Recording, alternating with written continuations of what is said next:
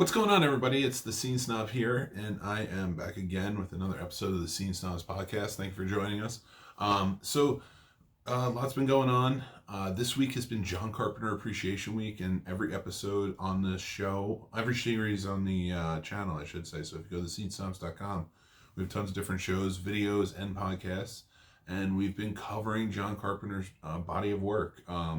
Mostly his directorial stuff, but in this episode, my main story is going to be about his legacy and things like that. But there's some news and things I want to kind of go over first, like always. So thanks for joining me, and make sure you hit that like and subscribe button.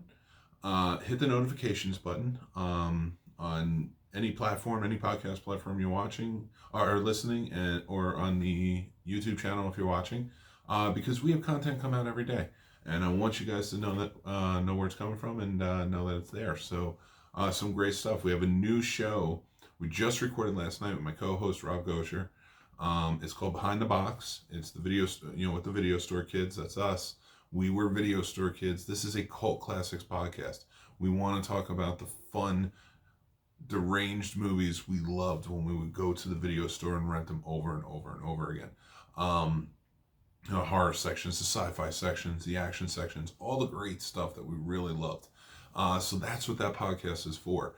And last night's episode was the first one, and it was John Carpenter centric. We talked about our love of John Carpenter movies and some things we didn't love about John Carpenter movies. So that will be up on Saturday. Make sure you go check that out. And we have tons of, I did 4 so far. I'm hoping to get 5 done, because there were 5 movies I had never seen of John Carpenter before. So I did 4 so far movies, Scene Snob review movies, or Scene Snob reviews of those movies. So it was Dark Star, Memoirs of an Invisible Man, The Ward, and his first horror movie, actually, Someone's Watching Me, which was a television movie. So all of those are up and are available over on the YouTube channel. Like I said, go to thescenesnobs.com. The links are all there. All the pages are there. So check them out. Let me know what you think. But so it's been pretty crazy week for me anyway. I know, and I kind of wanted to get into it because like the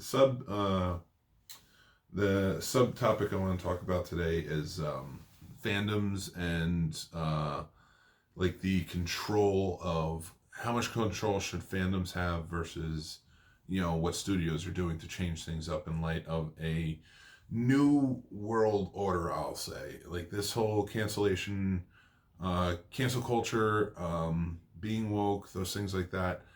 It is affecting pop culture, it's affecting the way we write TV, it's affecting the way we write movies, and just art in general.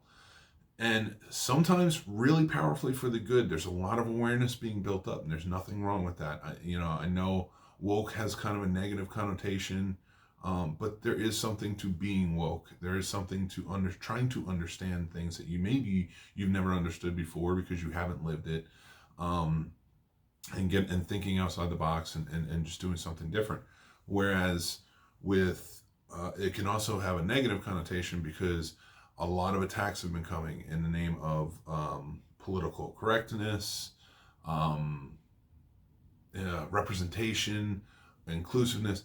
Now, those are all good things. I'm not taking away from those things personally, but when it comes down to canceling things, cancel culture, and taking people out, or people tiptoeing and afraid to push the system, it becomes a problem. Now, how this pertains to pop culture, movies, TV, and things, that's what I want to cover. I'm not covering the whole spectrum of things because I want to do politics. It's not my bag for this show. Like I love talking about movies and stuff, and I just want to keep it light. I don't want to go crazy.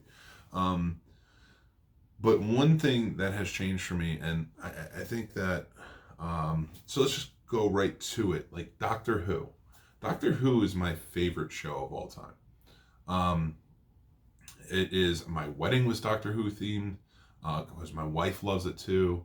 Like we had sonic screwdriver cake cutter, we had TARDISes everywhere as table toppers, and tons of other stuff. She wore blue, I wore blue, blue bow tie.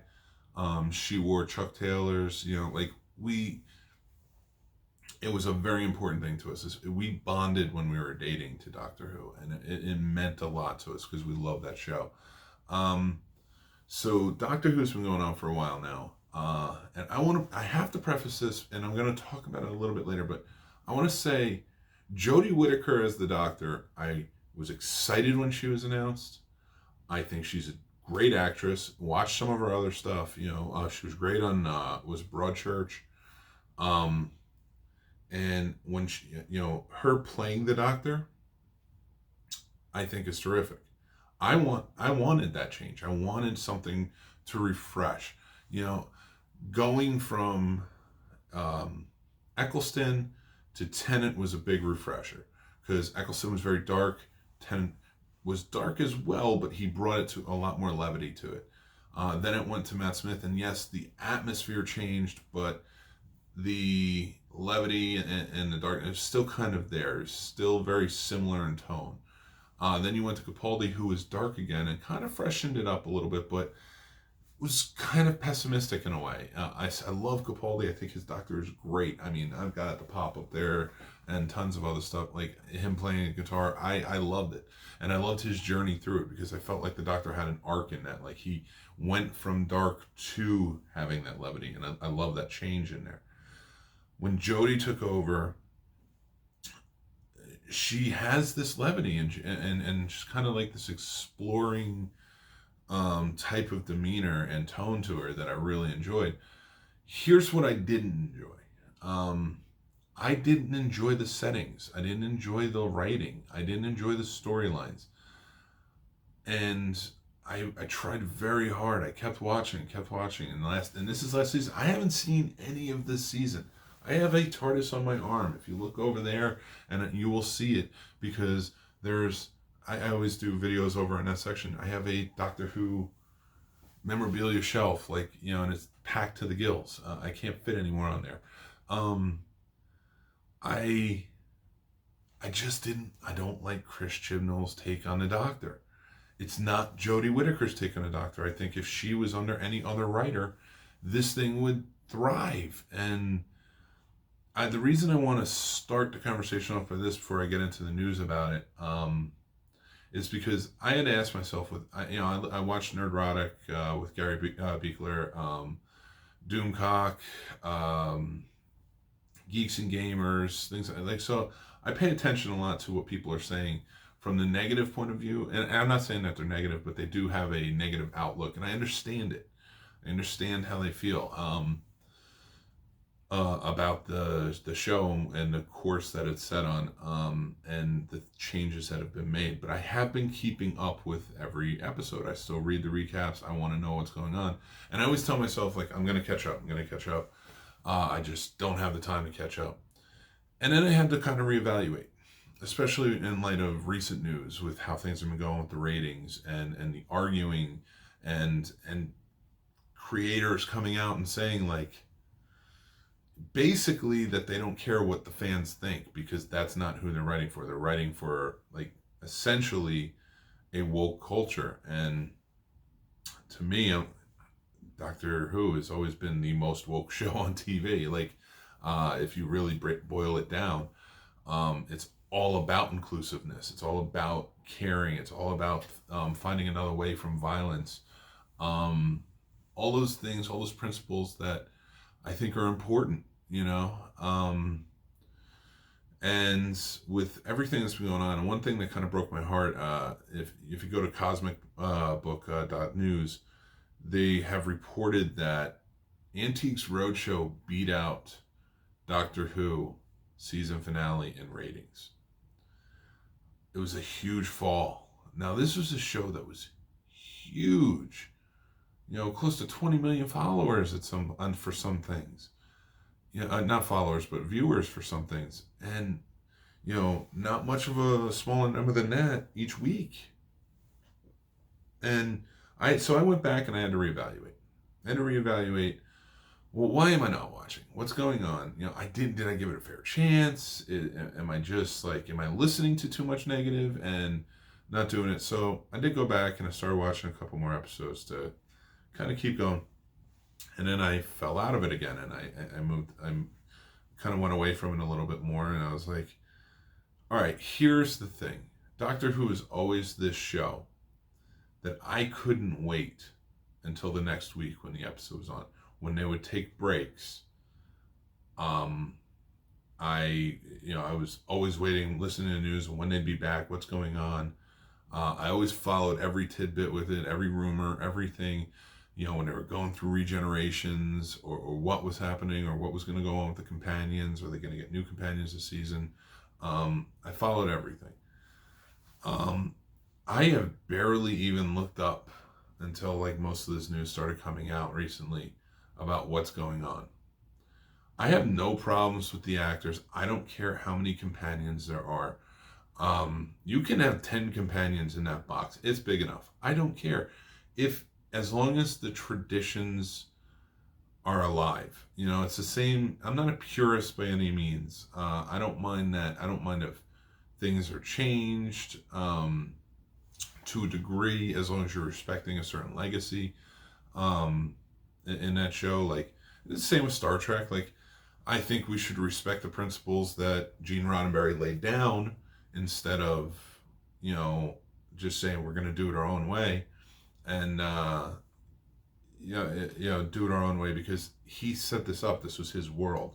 Then Rick Berman followed those principles as well. So with Doctor Who, yeah, they would make changes. Nobody expected a war doctor that destroyed Gallifrey and the Daleks when it came back, and when it started talking about those things, and it finally came out what the story was. Nobody thought that that's who the Doctor was, because that wasn't who the Doctor was in the past. So, but they did it, and they did it in such a good way, because it still kept up to the legacy and traditions, and it changed the character in such a way that made him interesting for a new world. Well, again, you have some fine actors on the show, and I would not care if Jodie Whittaker played the Doctor for another 10 years. It's the writing. It's Chris Chibnall as the showrunner. I don't know what he wants to do with it, or what he's trying to do. I don't know if he's trying to just get messages across rather than keep to the legacy of the show, or create fun, exciting stories. But from everything I've read, everything I've seen, there's a reason I fell out of it. There's a reason I was like, I just don't feel like watching this each week. Again, it's not the actors that are bothering me. I think Jodie Whittaker's great. I think everybody has been great. I love their choice for the Master. I love them when he was on Dracula, yeah, and when I heard they were bringing the Master back this season, or they had brought the Master back this season, I was excited. The Master should be back. Missy was great, but guess what? Missy was a small chunk of the Master pie. You want to bring back another Missy? You want to bring back another Master? Whatever you want to do, I don't care. But I don't care what gender he or she is. I don't care what's going on. All I care about is the legacy of the show. And with the fact that they made these changes, that Chris Chibnall made these changes, it was almost like, now if you made these changes and basically making the Doctor not a Time Lord, not from Gallifrey, I don't care how many, you want to go back and you want to retcon, there was a female generation of the Doctor between every regeneration, that's fine. I wouldn't care if 55, 57 years ago, they went back and the first Doctor on TV was a female Doctor. I don't care about that. I don't care if it's a woman or not. That doesn't bother me. And I mean, I know that comes out a lot, and in today's culture, it's not okay for me to say that. It's not okay. It's not okay for me to comment on a woman taking over a role, which we've lost track of opinions in my, again, I don't care if there's a female Doctor all the way, with every regeneration. My thing is, William Hartnell died as the Doctor. He loved that role. He should have been the first Doctor. That shouldn't have been messed with. I'm sorry. Why take away from that? What is the purpose? What is the purpose of taking away his legacy as the first Doctor? It has been built up for quite a few years now. Stephen Moffat, Russell T Davies. You know, they may come out and they may say whatever they have to say in this climate, but you know, they still built it up as he is the Doctor. The BBC even made a show where David Bradley played William Hartnell as the Doctor. Like, you know, this is the first Doctor, and they built it up that way. Why would you change that? Why would you take that legacy away from him and just make him another Doctor? And it bothers me. That really does bug me, because it tells me that your agenda being pushed is more important than the story. And if you are a television or a movie writer, or you write novels or whatever else, I don't care if you have an agenda. I don't care if you tackle that agenda. But if you are taking over a property that means so much to so many, and the legacy of this is so important, you better damn well respect it. And I do not believe that, even just in the way he shoots everything, even in the way that he, his settings and what's going on and his storylines, he does not care about the property. He's making it his show, and it's not the Doctor anymore. So, and that's sad, because again, you have a good Doctor with Jodie Whittaker, who is a great actress. And I wish that she could be, and it was a powerful moment to make her the first female Doctor. I think that was a very powerful move to make, and a very important move to make. And I don't think that, you know, I've heard some people say like, oh no, it was pressure by the BBC to finally do it. No, it was set up beautifully. I don't see any problem with it. And there's nothing wrong with that. But it does bug me that, as talented as she is, and as cool of a character as the Doctor she is, she doesn't have a better writer. And that's to you, Chris Chibnall. I really wish that you were just a better writer who actually cared about what you were writing, rather than try and push an agenda, make a show that the fans will appreciate, because it is the fans. Now, I hate whenever I hear people saying, oh, you know, I don't write this for the fans, or the fans are this, or the fans are that. The fans are what got you here. The fans are what got Doctor Who where it is. And that's what's important. It is. Now, getting new viewers, raising the viewership, that's important too. And you can do that. There's ways to do that. You know, just making a female Doctor would have done that. But crapping on the legacy of it is ridiculous. Like, again, I don't care if you go back and make changes, but he was the first Doctor, and you took that away from him. All to push an agenda. Just to say, I can do it. And that's just cheap and disturbing, and that really bugs me. But the thing that bothers me, I think, the most is, as even with all of those changes, I feel like that storm could be weathered. The BBC, I wish, would look at it kind of like how American TV does, and say, all right, you just don't have the viewers. We're going to change something up. Something's got to be changed. Maybe you're not working as a showrunner, whatever. Maybe you need to just change and make this the way it needs to be. That would be nice if they did, but it doesn't seem like they're sticking that route. It seems like they're just going to keep going with this. And but now you're getting beat out by Antiques Roadshow.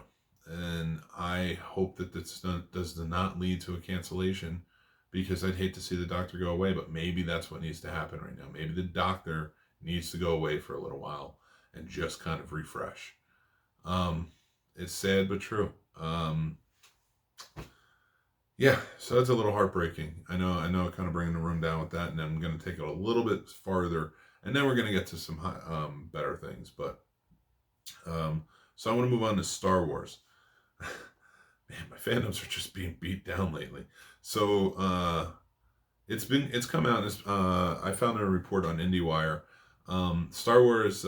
There's a big outrage with Star Wars right now, and the reason being is because again, it's kind of like with Doctor Who. I had to sit down and reflect and ask myself, well, why am I not watching? I used to be excited about watching the show every week. My wife too. She's not watching anymore. She says the storylines are cheap. She's not enjoying it. And I don't want to put words in her mouth, but you know, just off conversation we have. But she doesn't watch either, and there's no excitement to rush right back to find out what's going on. No intrigue, So I kind of had to reflect after reading about Star Wars and what's going on with Star Wars, and there's a lot of outrage growing among fans. Now I think that started with The Last Jedi. I think The Force Awakens, there were just going to be haters. I thought The Force Awakens is a good movie.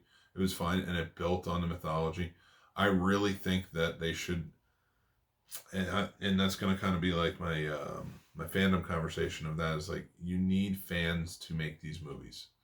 You can't just pick, like, Rian Johnson was not a fan.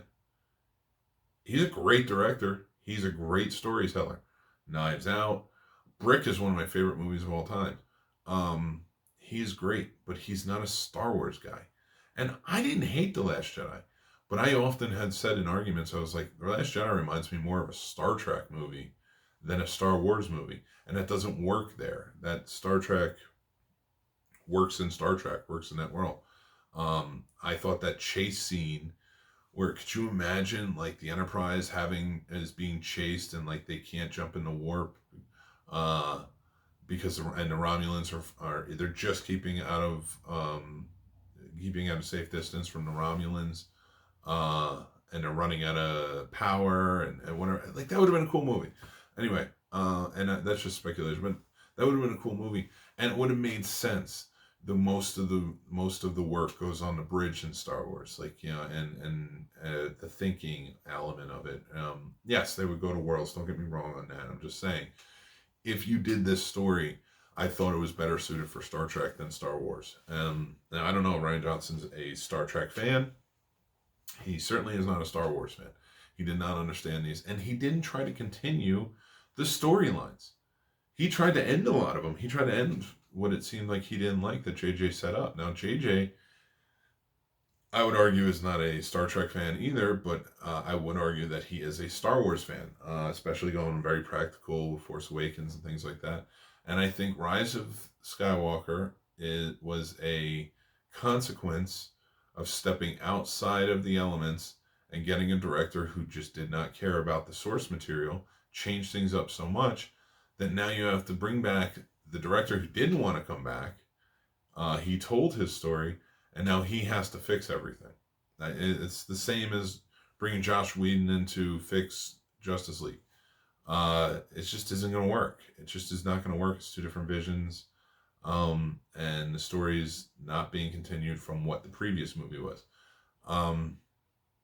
So now it seems like they're trying to retcon a lot of things, or make sense of a lot of the plot holes from the movie in a novelization form.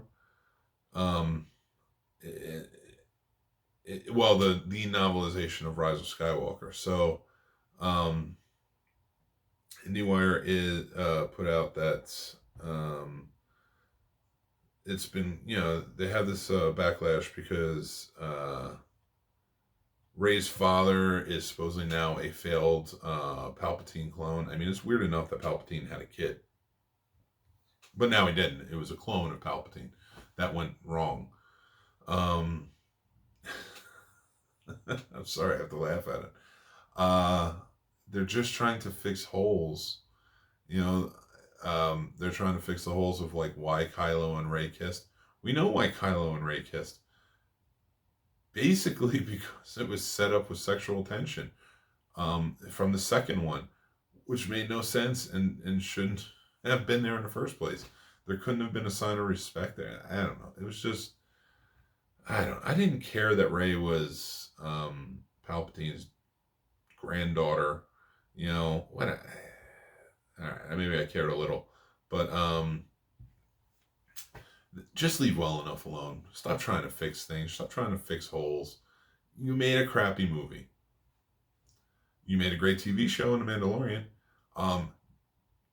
Get rid of Kathleen Kennedy, who was ruining Star Wars. and bring in Jon Favreau and Kevin Feige to fix it.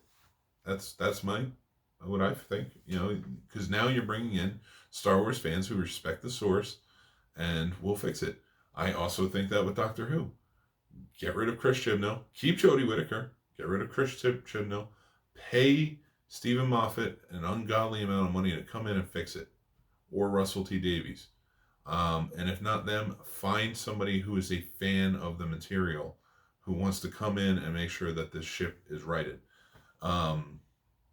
That's my feelings on it, and that's where it comes into the fandoms. Like, there's been a lot of talk lately about fans just say too much, or fans are just this, that, or the other thing.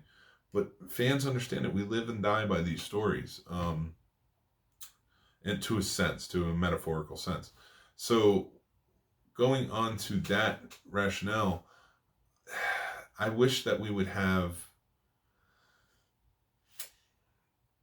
I keep smacking my lips, and my wife actually told me about that the other day. She said, "Stop smacking your lips when you talk on the podcast. Drives her nuts when she listens." So I'm going to try. I just realized that I do it. When it comes to fandoms, you've seen things in the past, like Sonic supposedly got fixed because of the fans' outrage at how he looked. And they listened, and they did it. I would argue that fans saved the Spider-Man Sony MCU deal in a way that, and I think to Sony, that's what Sony wanted. I really think that was all a ploy. I think Sony stopping negotiations was, okay, no, we don't want your money, we don't want you to get any more on this. And MCU was like, well, come on, we're doing most of the work. Okay, fine, we'll see. And then let the fans decide, because the fans were outraged. The fans freaked out, and they were like, you need to keep Spider-Man, you need to do whatever you've got to do. And look what happened, like weeks or a month later, all ironed out, all worked out. They got everything they needed to get. I really think that was Sony like, well, we want what we want, and we're going to use the fans to get it. The fans are a powerful force, and it's sad to see when they are disrespected. Now, do I think the fans should control what happens?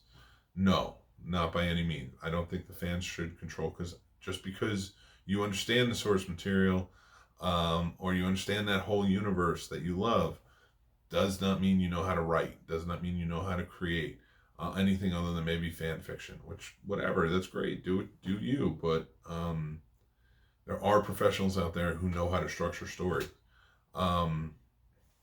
and we should leave it to them, but they should be fans of this stuff. I'm not saying that only fans of certain type of, like, it shouldn't be sci-fi fans that are the only fans that can write the sci-fi movie, but you can be damn sure that anybody can write a sci-fi movie and add those elements or whatever, but you have to have at least some sort of fandom towards it. You have to have some understanding of how it works. You have to have some imagination for it. I guess it was not a great analogy, but my feelings are, if, like with Star Wars, you now have Jon Favreau. He's a proven fan. He's doing it right. They've talked about Kevin Feige over at MCU is an even bigger Star Wars fan than he is a Marvel fan. Let's see what he can do. Give him a movie. Just be like, hey, listen, see what you can do with this. And let it go. And let him roll with it. And so that's just kind of where I'm at. Like, it's just, I've talked about this a couple of weeks ago. And that was, all right, you should give,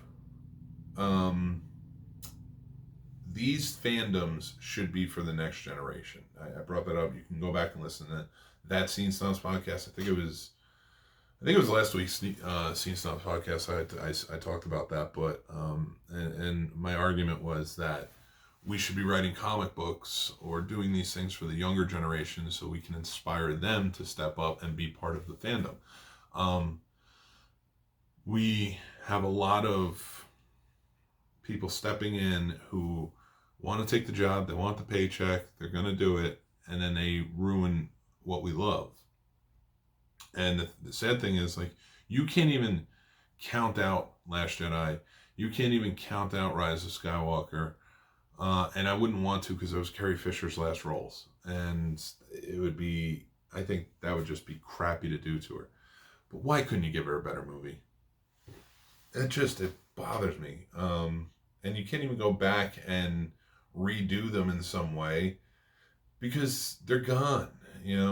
So many are gone, and it's just sad. But I keep dwelling on this one part, and I don't want to keep going on that. That's I wish that these fandoms weren't being ruined because of money, and that's basically what it is. You're just hiring people to step in, do their thing, who may boast, I'm a fan, I'm a fan, I'm a fan. And you have these executives who are not fans. Say what you will about the prequels, but at least there felt like there was love in them. I don't know if that, I felt that. Like when you go back and you watch them, like it felt like there was some kind of excitement or love to them. I felt like George Lucas may not have loved them as much as he loved doing the Holy Trilogy, but it seems like he still had some love and he wanted to tell the story. It does not feel like that with the new trilogy at all. Doesn't feel like that with Rogue One. Doesn't feel like that with Solo. Now, I like Solo. I thought Solo was a pretty good movie. I liked Rogue One a lot. I thought it's probably the best one of the movies to come out in the past 20 years or so. Roughly. But for me, there was no like real love story type feel to it. Like I didn't feel like the person making this was showing love through it or passion through it. It just felt like it was just a movie being made. And honestly, that's how I felt like, just again, to take it to another franchise of Star Trek, with the movies, the recent movies, I felt that love from the actors' performances. I did not feel that from the filmmaking side of things. So I don't even know that J.J. Abrams is a fan. I don't feel that from the TV shows that are out now. I don't feel the love from there, or the passion behind them. I did feel it for Star Trek Beyond. I felt like that was written with a lot of love. I felt that was directed with a lot of love. Like, the person got it right. Like it was a fan making that. So there is hope. Hopefully we can do that with Star Wars. Let's just move on. Let's move on from Rise of Skywalker. It happened. It exists. We can get past it. We can do new things. So if you're going to keep going on with Star Wars, which they are, because it's a cash cow, for now, if you keep setting down the road that you're going, it's not going to be, but you need to make some changes. But let's go and just try and make movies with fans that love the movies. Stop trying to get people who are the hot thing right now. And these movies should be building up the next generation of fans, who will become filmmakers and who will be able to keep the continued pace. But that's a fandom. That kind of brought me down a little bit talking about that, because it's sad to see the things I love kind of make those changes. But let's talk about things that I love that are still great in my opinion, and that is John Carpenter's legacy. So it is John Carpenter Appreciation Week, like I had mentioned earlier, on the site. So if you go on to Snobs.com, all the shows that are new this week are talking. I have some kind of theme to them of John Carpenter. Some very cool stuff. I told you all about Snob reviews. I talked about They Live on the 20-Minute Wrestling podcast, with the Piper connection. And then we have the new show Behind the Box, which I talked about coming out, and that was all John Carpenter. But here's where I want to talk about my journey of John Carpenter and what he means to me, his legacy of movies, and just kind of like what he started with to where he's come from. What he started with to where he's gone to. And now, with the exception of Elvis, I have watched every movie John Carpenter has directed. It was an exciting time to do that too, because I actually got to sit down. I watched Dark Star, and that movie shows a lot of promise for, it shows a ton of promise for a director and writer, because Dan O'Bannon helped write that with John Carpenter, who went on to Alien fame. So it showed that promise, but it wasn't a great movie. It definitely felt sort of like a student movie, but it felt more ambitious in the sense that like they were really trying with shots. Like it felt like a genius was behind it, and Carpenter is nothing short of a genius. He pulled off some great stuff, and then you have Assault on Precinct 13. I kind of want to go through his movies here. Assault on Precinct 13, like, I love that he set out to do he wanted to be a Western filmmaker when he started. So, but kind of fell into the horror genre. But then I went back, and as I'm rewatching, I'm like, there's so much more than horror here. Because Assault on Precinct is not a horror movie. Assault on Precinct is an action movie, like a siege action movie. And it's perfect. Now, Halloween, if you go on his IMDb, is before Someone's Watching Me, which was a TV movie he did with Lauren Hutton and Adrienne Barbeau. Now, Halloween was filmed after Someone's Watching Me. Someone's Watching Me was technically the first horror movie he ever made. And if you watch that movie, and I'm so fortunate and glad that I got to watch it, and you can go check out my review of it and why I really loved it, but you definitely see him, like he said he had such a great time on that, reading some stuff. He said he had such a great time on that movie and it taught him a lot, and certain restrictions he had to follow, but like, they let him be very creative with it. And if you watch that movie, it definitely was filmed before Halloween, because Halloween is a slower paced movie. But he had the tension there of something, Someone's Watching Me. And, it's about a guy, a man stalking a woman and breaking into her apartment and watching her through a telescope and sending her notes and gifts. And like, she never knows where he's at any certain moment. Man, do they build the tension perfectly in that. And I could see a lot of things he took and brought with him to Halloween. But the only reason that it says Halloween was out first, because Halloween did come out first in theaters. And then it was a month later that Someone's Watching Me came out, premiered on TV. So, but Someone's Watching Me was filmed like in 18 days, like 3 weeks before Halloween started filming. So, that should be credited as the thing that really like made him the horror director he is today. Elvis is the only one I haven't seen yet, and I need to sit down and I need to watch it, and I want to review it, but I can't get my hands on it. I don't know what's going on. We talked about, again, I don't want to go over too many of the movies, because we talked about The Fog, The Thing, Escape from New York. Escape from New York is my favorite Carpenter movie of all time. The Thing is my favorite horror movie of all time, but Escape from New York I love that movie so much. We're doing Starman on I think a Marriage Like That podcast, or if we do a Married Movie Challenge, I think Mary said she's going to choose Starman, so it'll definitely be interesting to see what happens there. I haven't seen Starman since I'm a kid, so I'm excited to check it out. But that's the only Carpenter movie that's ever been nominated for Academy Award, for Jeff Bridges as Best Actor.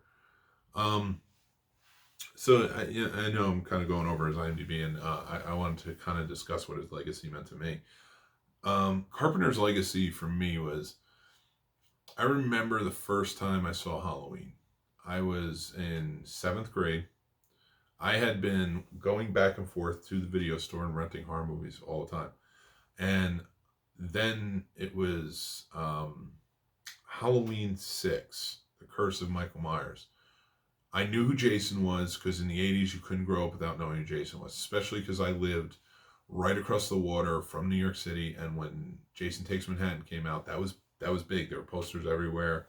There were billboards everywhere. Like it was a big marketed movie.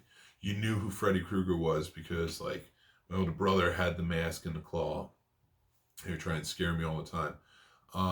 You just had this awareness, but I didn't have an awareness of, because you figure 1988 it came back out. I was 6, and I hadn't even watched my first horror movie yet. That was at 7. So I would say 4 and 5 kind of slipped me by because I was too young. But Halloween 6 came out, and I think it was 94, 95 maybe.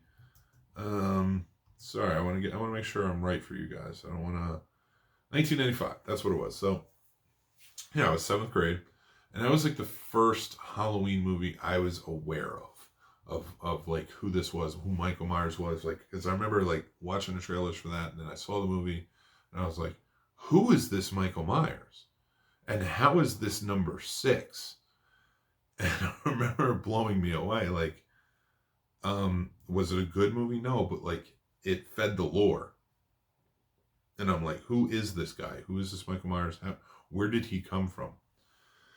So going to a video store all the time, renting horror movies, renting sci-fi movies, always trying to check things out. I finally go back and I'm like, I need Halloween, and I found the first Halloween.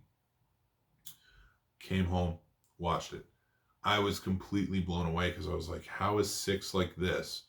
And this movie is like this. This movie is serious. This movie is real. This movie is scary. And it completely floored me. And that was really my big opening. The only thing I knew before, but I didn't know John Carpenter directed, is Big Trouble in Little China was on TV all the time when I was a kid. And it was my brother's favorite movie. So he would watch it every time it was on TV. And it got to a point where it was like I was still a little young. It came out in 86, so I was 4 at the time. So you figure it was probably on TV by the time I was like 7 or 8. And played like until, for a while, for like 3 or 4 years on TV. It was part of their just rotation. And so he watched it every time it came on. And then I lost track of it because I didn't know who directed it. I didn't know who John Carpenter was at that time. I was learning, and that was technically the first John Carpenter movie I've ever seen. Halloween was not the second. I had watched a bunch in between. I watched Prince of Darkness before that. I had watched what do you call it? Let me pull it up. I have them up here. I had seen Starman as a kid, as a young kid. Memoirs of an Invisible Man had come out before that, and that was. But I don't think I even knew like Carpenter did that. And the reason I'm saying all of this is, They Live. Definitely, I saw They Live when I was younger. I saw They Live.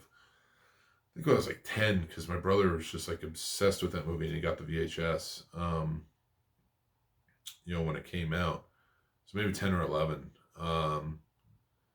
And Christine was like always showing up on TV, So Christine was, one we weren't really supposed to watch, but we got away with doing it. But Halloween blew me away.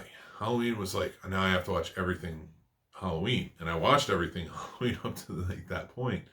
And I was like, yeah, this definitely degrades after time. Still love them. I still love those series.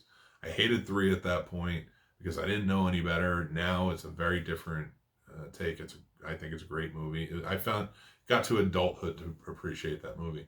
But then after watching all the Halloween movies, I was like, well, John Carpenter directed these, so he has to have more good movies, right? Because then I had learned that he had done Big Trouble in Little China, things like that. And I went back and I started watching them.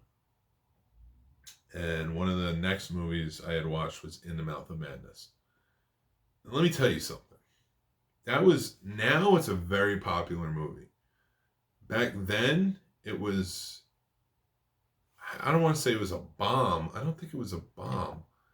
It might have been. I don't know if it was a bomb, but it was underappreciated. Definitely. You would talk to people about that movie, even in high school and such, and yeah, so it grossed $8 million with a budget of $8 million. So like, it wasn't a bomb. It just kind of broke even, so it wasn't a huge hit either. But I remember people talking about it, and it's just like, oh yeah, I mean, I've seen that. It's okay. And I'm like, are you kidding me? This is like one of the most underappreciated movies I've ever seen. I couldn't understand why people didn't really care about it, And the same could be said with A Village of the Damned. Village of the Damned is a damn fine movie. No pun intended. And Christopher Reeve does a great job in that. And when I found out that was John Carpenter who directed that, it blew me away.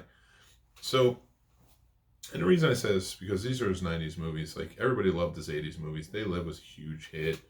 And They Live is a phenomenal movie. The Thing, as much as it was a bomb, it's a cult classic now. Everybody loves it, as they should. The Fog, Halloween, of course, like I mentioned. Escape from New York is my favorite of all time. I finally got, like, Ghost of Mars, a lot of people, I love vampires, I'll tell you that much right now. Vampires I thought was great. I love Escape from New York. I do get the irony of loving Escape from New York, and my favorite movie being Escape from the irony of loving Escape from LA, but Escape from New York is my favorite of all his movies, because as similar as they are in story, they're very different in tone.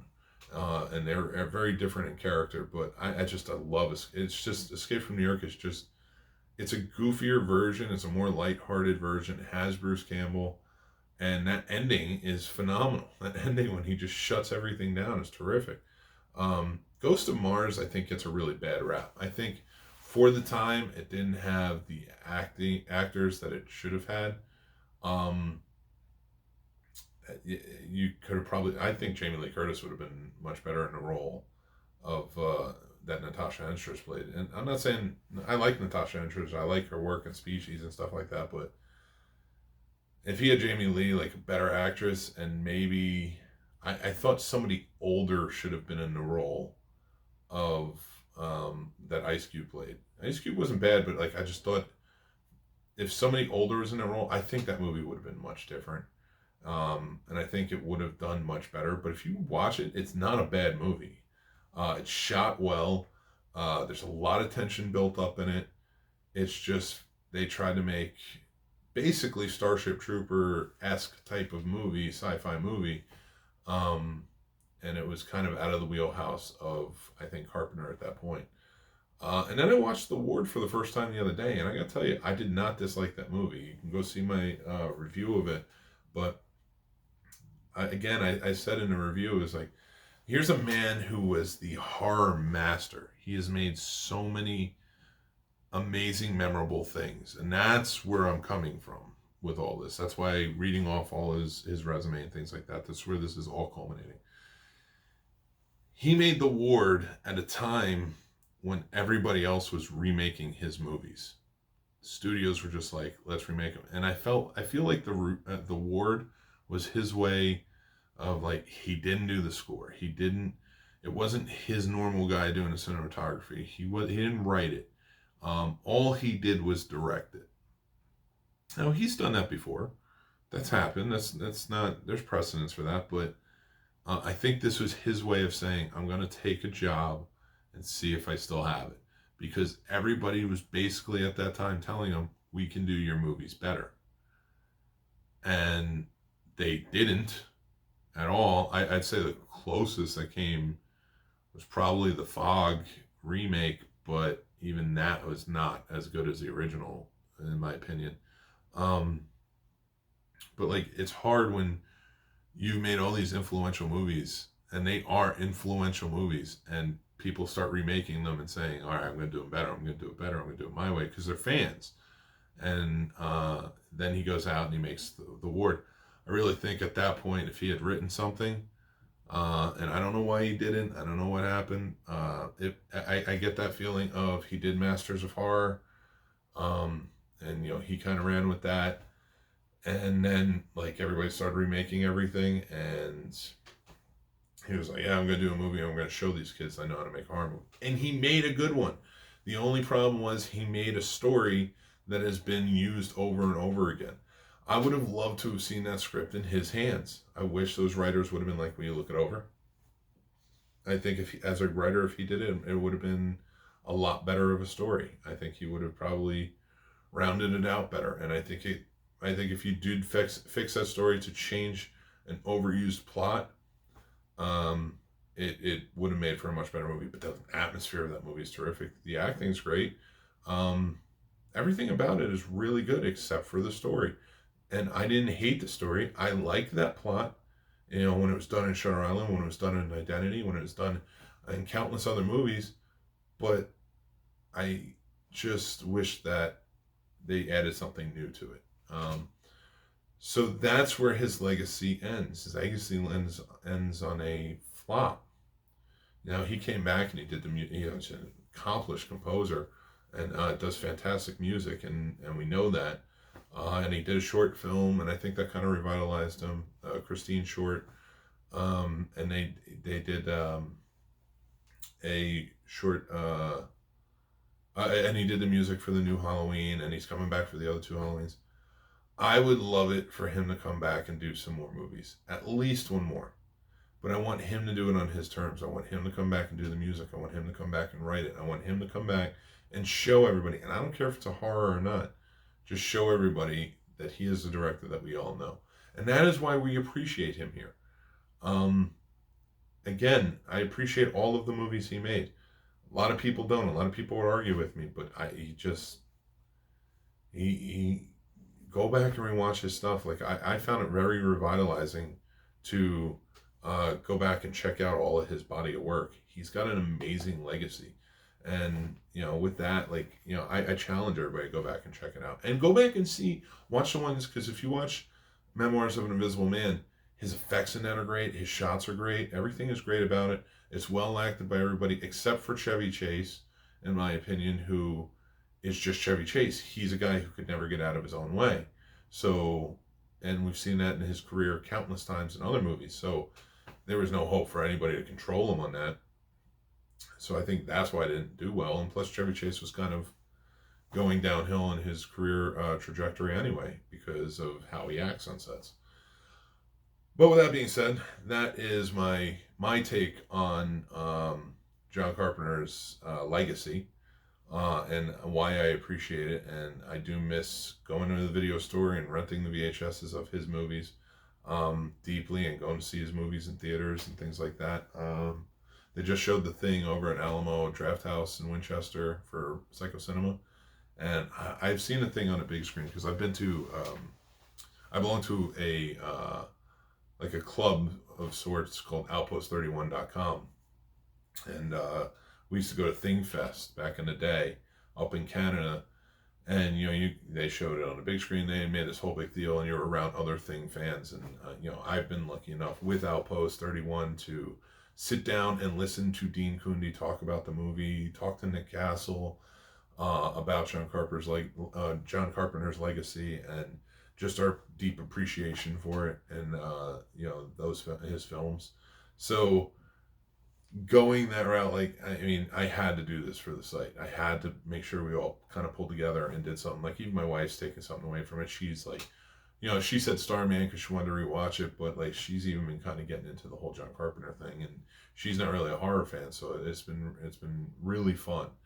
And it's definitely fun to watch his movies with my 7-year-old, and when my 3-year-old's old enough, we're gonna sit down and he's 8 now, I should say, but. When my 3-year-old is old enough, we'll watch it together, and I want them to have that appreciation for it too, and they do, and that's what I love about it. So, thank you, John Carpenter, for all of your work. Your body of work is just truly amazing. Your filmography, if you will, and please make another one. I'm begging you, please make another movie. Show these people what you have, because I think you did do it with the Ward. I don't blame you for why it didn't do well. I just don't think people were ready for it at that time, and I think they did want a better story. Again, not a better story because I don't think it was a bad story. I think the story was fine. I just think that it was taken away because we'd seen recently other stories just like it. So with that, please make another one. I definitely want to see more from you, and do the music because you're an amazing musician as well. That's my love letter to John Carpenter, and let me know what you guys think. I want to hear comments below, messages. Let's talk about it. Follow me on Instagram, Twitter, and Facebook at The Scene Snob. Happy to talk to you about all this stuff. I'm very active on there. Go to thescenesnobs.com. Check out all our shows, our videos, and our podcasts. All the links are on there for all the different platforms. Give us likes, give us subscribes. You can check out the videos on youtube.com and on our The Scene Snobs channel. We got tons of things going on. We are proud sponsors of Psychorama, which is coming out in April. They're doing the reveal party next week to see what movies are going to be a part of the sleepover. So it's just all night in the movie theater. It's going to be Alamo Drafthouse in Winchester. Sometime in April, they're doing that. We are proud sponsors of Lost Weekend 13 Film Festival, which is coming up on the 19th to the 22nd. 44 films, $40 for a weekend pass. It's going to be an amazing time. So get your passes for that and come check it out, see the festivities and everything else. We're also going to be at New Jersey HorrorCon as press, so we'll be covering that event. Very excited about that.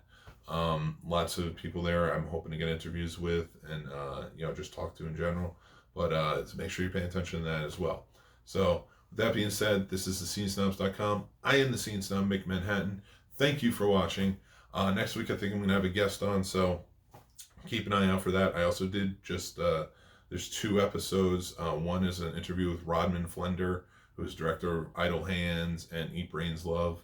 And then I just did a director interview with A.T. White, who is the director of a movie called Starfish, which if you have not seen it, please get out there and see it. It is a truly magnificent movie. And he was they were both wonderful guys to talk to. They were both fantastic. And I look forward to maybe talking to them again in the future.